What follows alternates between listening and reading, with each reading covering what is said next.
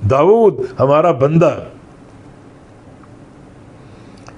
اسے یاد کیجیے. ذل ایدی، قوت والا. یہ عید آدھا یہ عید و عیدن طاقت اور قوت کا معنی. فلان ایدٌ یعنی فلاں قوی اور طاقتور ہے.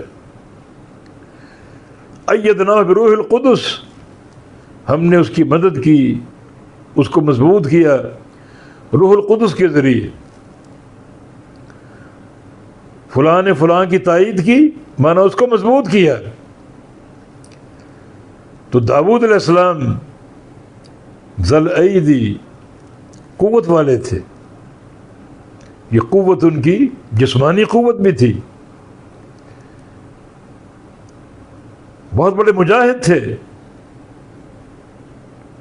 سورہ بقرہ میں وقاتل داؤد و جالوت، قتل کیا داؤد نے جالوت کو جو بڑا ظالم حاکم تھا. اس جنگ میں شریک تھے یہ، جو طالوت اور جالوت کا قصہ سورہ بقرہ میں.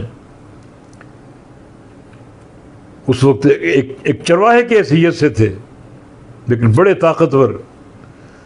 جالوت سے مقابلہ کر کے اس کو قتل کر دیا. اس کو بہت بڑا جرنیل تھا، بہت بڑا جو تھا وہ ایک قائد اور بڑا طاقتور. لیکن داؤد علیہ السلام نے اس کو زیر کر دیا، قتل کر دیا اس کو. اور اللہ نے اسی ان کے کردار کی بنا پر انہیں پھر نبوت دی، حکمت دی، نبی بنا دیا. تو داؤد علیہ السلام ذل ایدی، طاقت والے، جسمانی طاقت. اور جو ان کا کام تھا کاروبار وہ بڑا مشکل تھا. زریں بنانا لوہے کی، لوہے کو ڈھالنا، پگھلانا اور زریں تیار کرنا جو جہاد میں کام آتی ہیں. اور طاقت اتنی جسمانی کہ رات کا ایک حصہ، لمبا حصہ اللہ کے سامنے قیام کرتے، رجوع کرتے الی اللہ. اتنی طاقت کہ صوم داؤدی مشہور ہے، صیام داؤدی. ایک دن روزہ، ایک دن افطار.